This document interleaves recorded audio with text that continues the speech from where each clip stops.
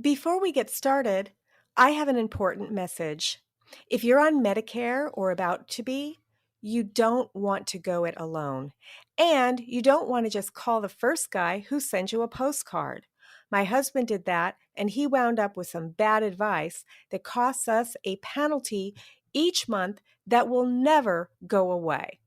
So, what can you do?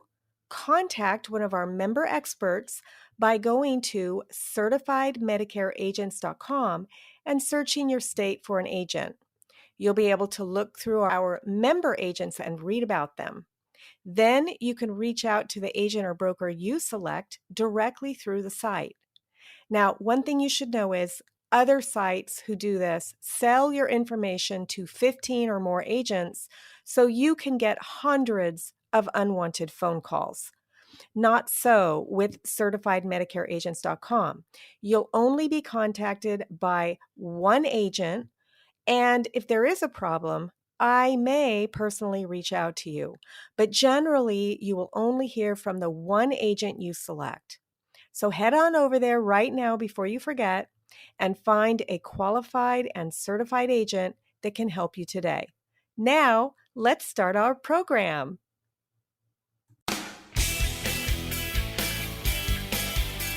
So Barbara, welcome back. It's been a while since we talked, so I know you have a lot to catch us up on. How is retirement life? I am loving it. We are currently in an RV resort in Mesa, Arizona. And my kids keep teasing me and saying, Mom, it sounds like you're either in college or at summer camp or both. And I was thinking about that analogy, and it's pretty much true in terms of the college part of it.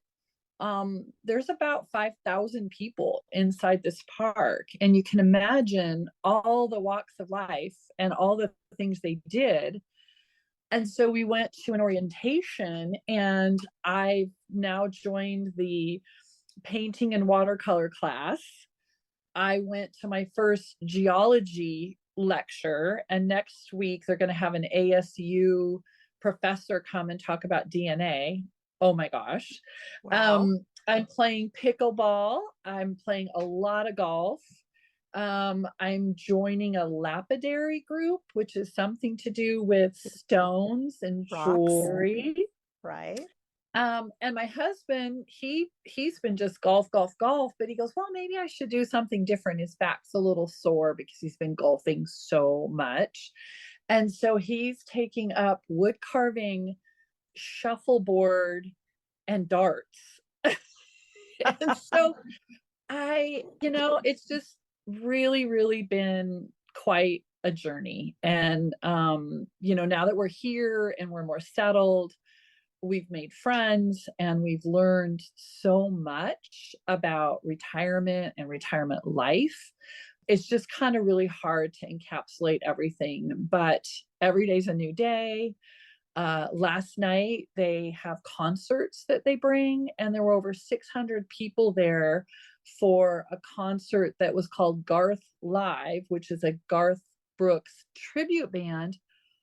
Oh my gosh, they could have been in Vegas. He it was amazing. And everything's got alcohol, so everybody was having a glass of wine or a beer, and it just was kind of fun to have this 55-year-old and older community get kind of rowdy and dance and hoot and holler and clap. And it was just a great evening. I mean, we don't usually go to things like that, but it's all right here.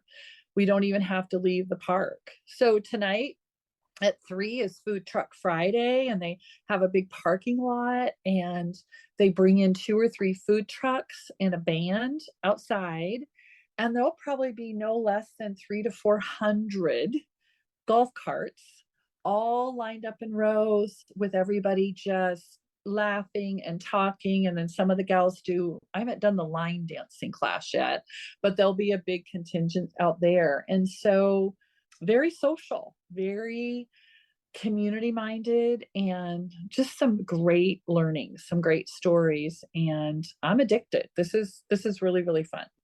That's great. And how long are you going to be in your RV this time? We started September 1st on our journey, and Wow. we won't go home until April, when hopefully the weather will get a little bit better on the West Coast. Right now, it's just been, nothing but rain, not just for us, but at the time of this is there's flooding in California, which is kind of unusual. But yeah, it's been a long road. Really fun. So you're having a great time as like a kid having your second childhood again. What are some of the learnings that might not be on the positive side that you've discovered over this long journey? What should we be aware of, us people who have not yet retired? Yeah. Well, I think, we started in September and we decided to kind of make an epic tour of the West. And so we started in Snohomish and went to Coeur d'Alene, Idaho, and then we went to Montana and we went to South Dakota, and then swung down to Wyoming and then Colorado and New Mexico. And, you know, just an epic trip. I mean, it's really hard to describe the national parks and our history and our heritage, and what a great experience. And it's a really good way to do that in an RV. Some of the pitfalls or the challenges is it's really, really, really, really expensive. Not just the RV cost, but diesel prices in this past year have been quite high. But it kind of comes to a point where, like, well, whatever, we're doing this.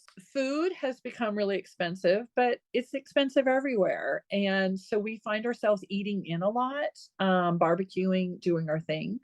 Another challenge is finding a space. I think the world retired during the pandemic, and there are those that really have experienced kind of a vagabond existence. You could go when you want, come when you want, you could always find a spot.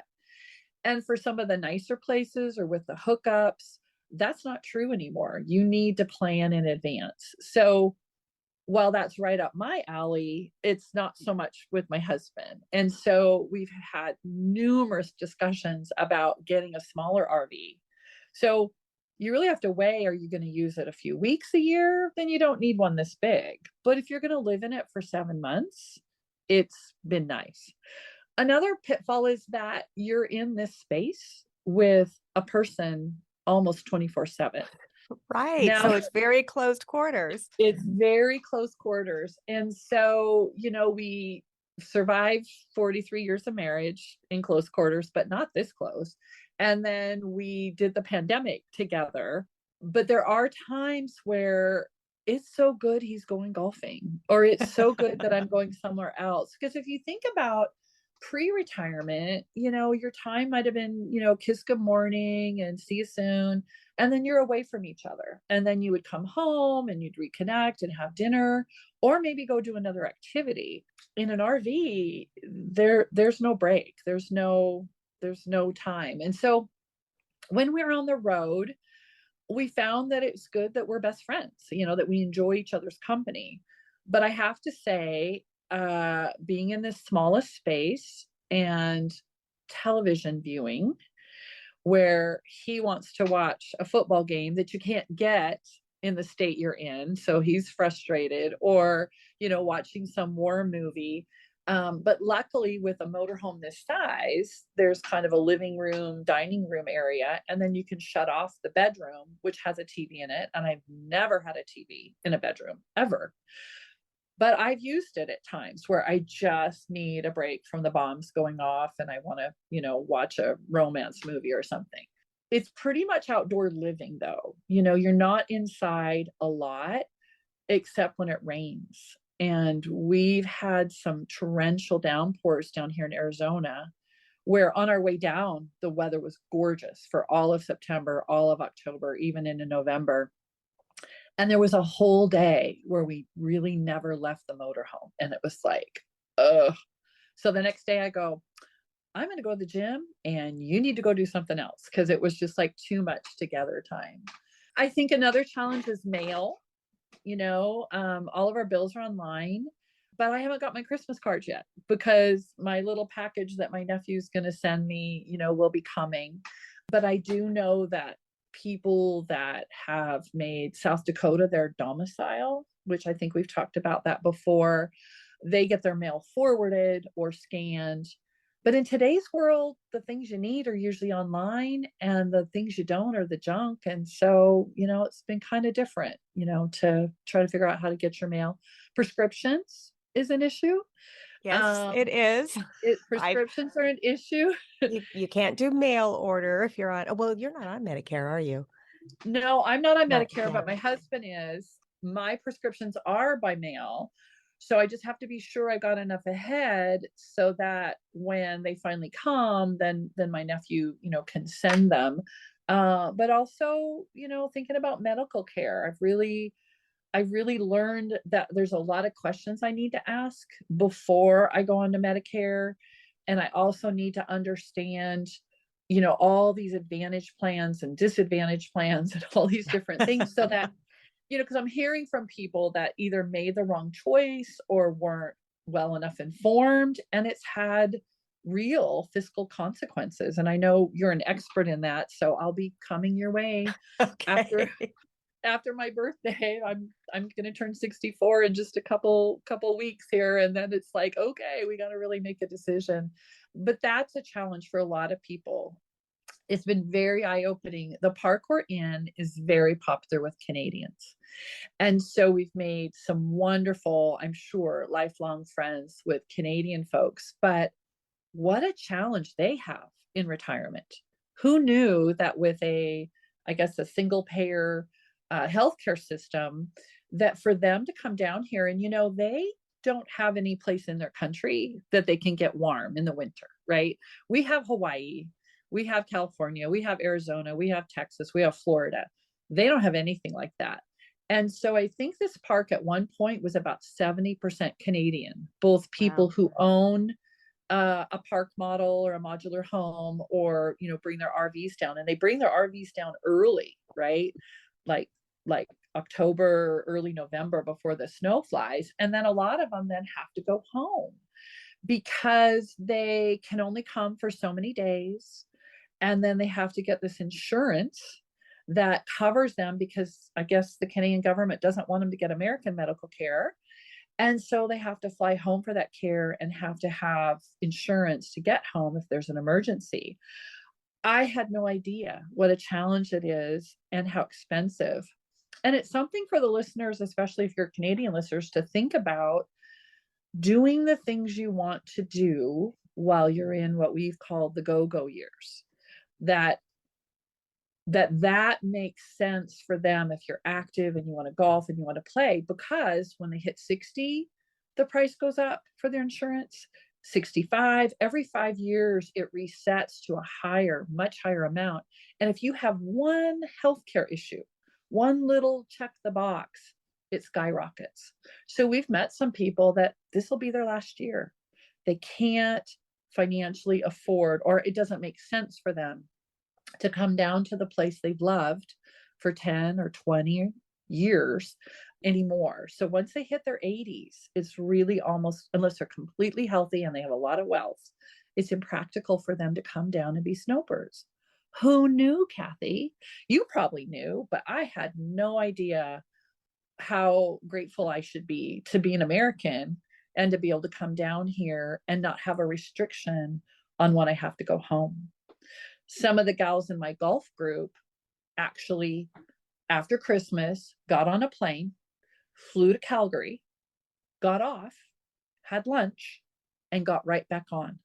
It was Why? cheaper. It was cheaper to fly home and reset their dates than to pay the higher insurance, because you can get a 90-day plan or a 180-day plan. And for whatever reason, depending on who their employer was, whether it's school district or the government, there's a maximum amount of days that they can be out of the country. And then they've got to fly home. And for them, with it being, 10 degrees or 20 degrees below zero, they don't want to go home. They don't want to even brave the roads to get home. So they literally fly up and fly back. I had no idea. What an education Can about you the can you choices. can you give me some of their names and phone numbers so I can ask them if they would share their frequent flyer miles with me, please? I would think you would have lots of frequent flyer miles saved up with the pandemic, all those trips we canceled. Well, you don't get the miles when you're not taking the trips, right? Oh, that's Right. true. That's true. That's very true. But anyway, I just think that this has been the experience of our life. But what it's done is it made us really, really have lots of conversations and thinking about what we want now for the rest of our life. And you know how we've talked about decision making and priorities? It is just like a whirlwind. It feels like you're in a cement mixer and things are just whirling around because as soon as we got here, my husband goes, "Well, I want to buy a place here." I'm like, "Whoa, Whoa. whoa, we just bought a motorhome. Well, we would get rid of the motorhome and we'd get a smaller one." If And so I'm like, if you okay, all so if you all buy a place there, okay, so you want to be in Seattle during the summer because that's when it's nice in Seattle. July, August, I September. Yeah, I want to get the hell out of here in July, August, and September. So maybe Oh, you could rent it to me. Well, it's hot in Arizona too, so that's probably not a good solution. yeah, I But was going to say we won't be here at all after May. yeah, I need to find a place that's inexpensive that I can go to during the summer because it Yeah, is hot. I'm not used to it coming from San Diego. I'm not used yeah, to the yeah. hot, humid weather on the East Coast. Well, northern Idaho, Montana is gorgeous in the winter. I mean, in the summer. Washington is as well, or Eastern Washington, even Oregon. And so, yeah, you just got to get a gig somewhere like a 3-month house sit in the summer Yeah, somewhere. maybe I'll start looking for that now. Then I won't have to pay for the housing. Exactly. But we've also realized that, this was the first Christmas and Thanksgiving that we were not with our big, huge extended family. And I think I've said before that with my kids and their in laws, that we do alternating years. And so last year, the year before, we had them all for Thanksgiving and Christmas. And it was my daughter and my daughter in law that said, "You know what? If you're going to go, this is the year to go." And I felt like that was really nice to give us that permission, if you will, to do this experience and experiment. And so next year we'll be home for sure. However, after watching the news with all the travel woes, I'm not It's flying anywhere during Christmas. I'll either go way early and then come back much later and just avoid that travel window because I had friends that they didn't get their Christmas. They were stuck in an airport in Anchorage, Alaska, flying home from Hawaii. Oh And no. yeah, and Wait, it was like, why were they in Anchorage if they were flying home from Hawaii? well, they were Does the Hawaii to go to Seattle, does it go straight across to Alaska and then no, down? no, no, no, no, no. It was Alaska Airlines, and Right. all the flights got canceled during all of the travel nightmares that were happening, elsewhere. And so they were flying from Hawaii to Portland, but all the flights got canceled. So the best they could do was send them to Anchorage, which is a hub for Alaska Airlines because I it realize started in that. Alaska. But they got there at midnight on Christmas Eve to a closed airport and I no way to think get to hotels. I think I would have just stayed in Hawaii instead of flying to Well, Anchorage. I would have waited. what they thought was going to happen is they were just going to do a quick layover in Anchorage and then get home because they were trying to get home for their Christmas. And what ended up is they didn't. And so they got back days later. And then their children actually got stuck in Hawaii, but there was Oh, no, poor kids. except there was no room in the inn. Oh, They so they had had to to sleep on the beach. I feel bad for them. No, no, they've got two little kids. They had to rent a bedroom from somebody on Right. A Airbnb. VRBO or something, yeah. Yeah. But so they spent Christmas Eve and Christmas Day with total strangers. So Mm. I'm just thinking, there's story after story. I mean, the listeners, I'm sure, experienced some of that. It was so widespread that, yeah, we'll be home for Christmas next year. But on the bright side, or on the bonus side, is my daddy lives nearby, about 30 miles away. He's 87. And I think we had one of the best Thanksgivings with him and my stepmother, and Christmas, because it was just the four of us both times. And she did an amazing job, had her grandmother's china, beautiful meal. And I just felt like, oh my gosh, I didn't have to do any of the work. I just had to bring dessert and wine. It was just magical. And, we didn't get to spend a lot of time because, of my mom's death and him remarrying with our families at Christmas just because of the distance. And so I just feel like it was just really precious. And so while I didn't get to see the kids and grandkids, I got to spend time with my dad. And he just called me this morning. He bought an e-bike because we've got our e-bikes and we're going everywhere. So as soon as the weather clears, we're going to spend some time. He bikes all the time, but I think he saw our e-bikes and he goes, you know what? I'm going to get one. And so he's super, super excited about that. So we've got, the next 3 months that we're going to get to spend exploring and going places with him. So I just think my takeaway though is that it's really hard to imagine not being with your family, but 1 year is okay. But we do really, really miss our kids and our grandkids. And Okay, now so, I have a question about yeah, future Christmases and Thanksgivings. So you saw how nice it was to not have to do anything for Christmas slash Thanksgiving, whatever, and just show up yeah. as a guest.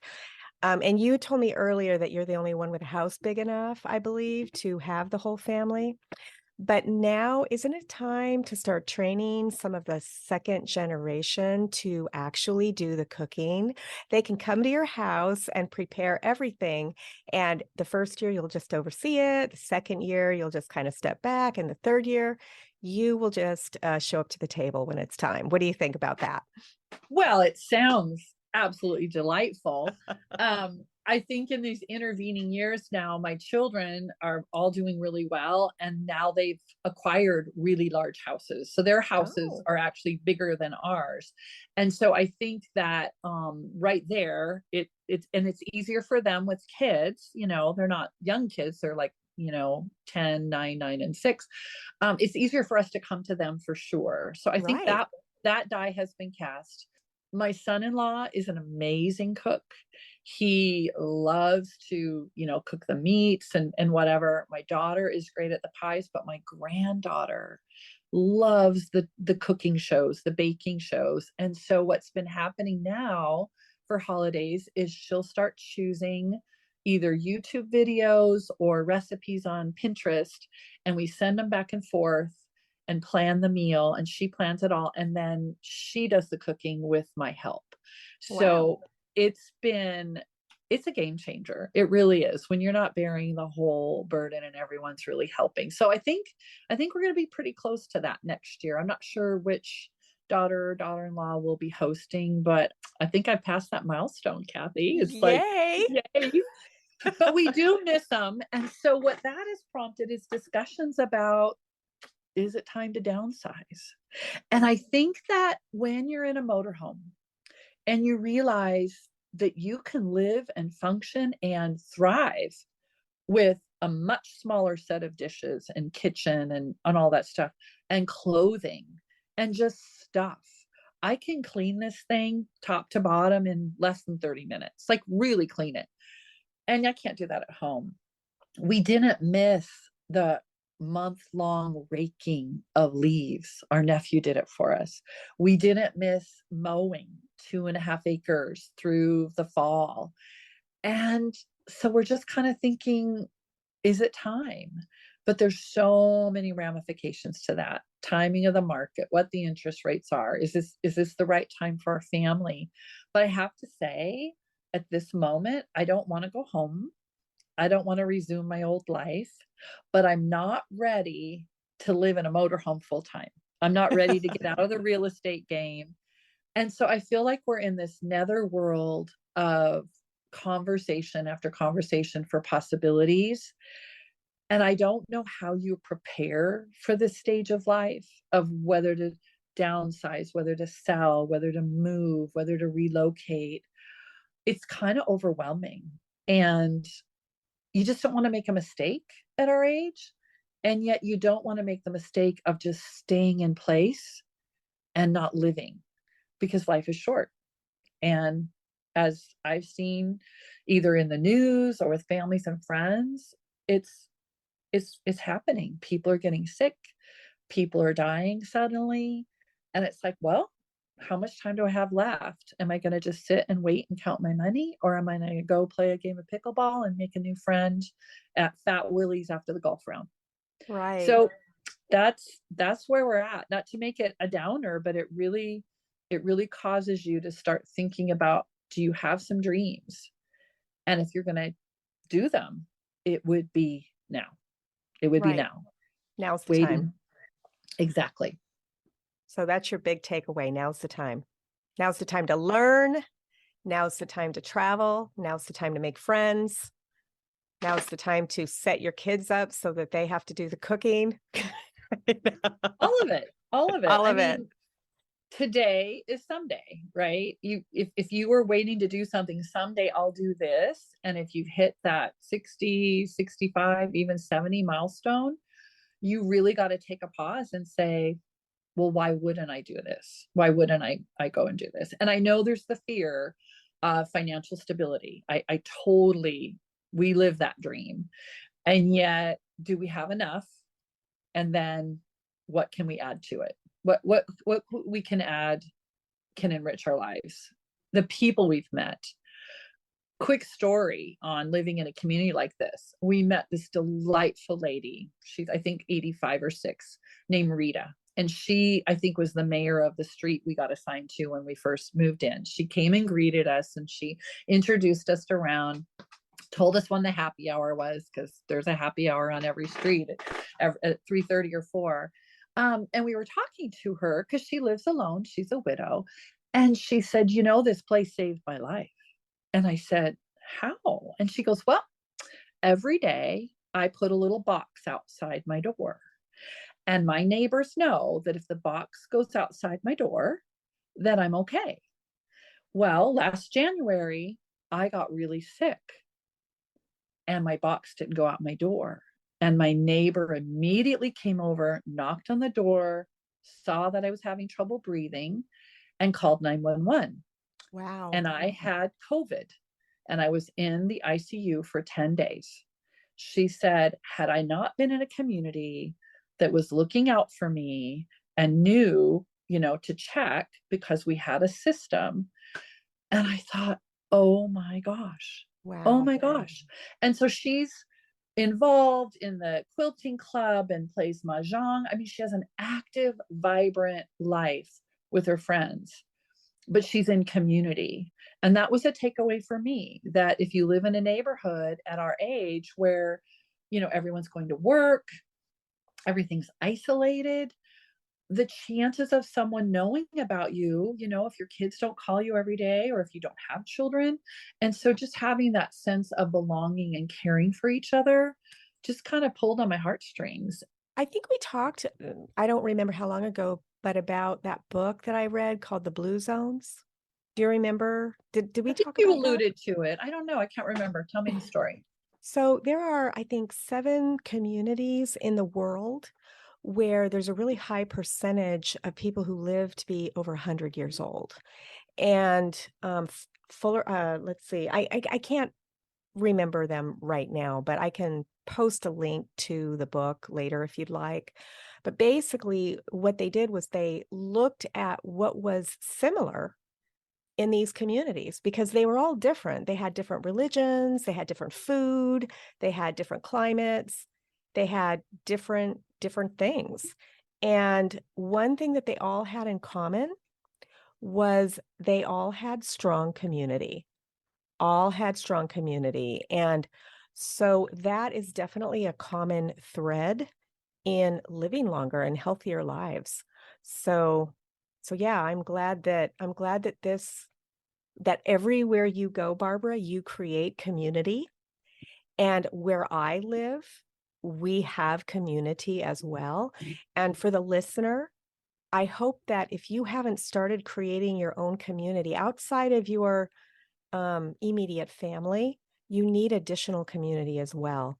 And I hope that you have started to build that community. If you haven't, please let that be your homework for now until the next show. Barbara, I'm so glad we got to catch up and reconnect. Thank Yeah. you. Yeah. It's been really, really fun. I think that when I started this journey with you, I had no idea what we were going to do or how it was going to end up. And now I just feel like we're in the middle of it. And I think there was one time where we talked the messy middle, where you kind of knew you were going to retire, and then it got really, really messy, and that was stressful. And then things kind of settled down a little bit. Well, now I'm in the middle of a big adventure, and it's not stressful at all. Like every day I wake up with a smile on my face, just something about sunshine and no rain, and then just people everywhere, right? So if you're an introvert, this might be a little stressful because, oh my gosh. But you know what, I've met couples where the wife is an extrovert and the husband is an introvert. Well, he just goes back before the party's over and goes back and shuts the door in his motorhome, and no one beats down your door, right? So you can have that quiet time yourself. But if you want to have connection and get to know people, it's funny, we've talked to people that bought homes in the area and they lived in them for a while and they were kind of snowbirding, but they would go years and never meet anyone because, again, everyone was working, everyone was going to and from school and so forth.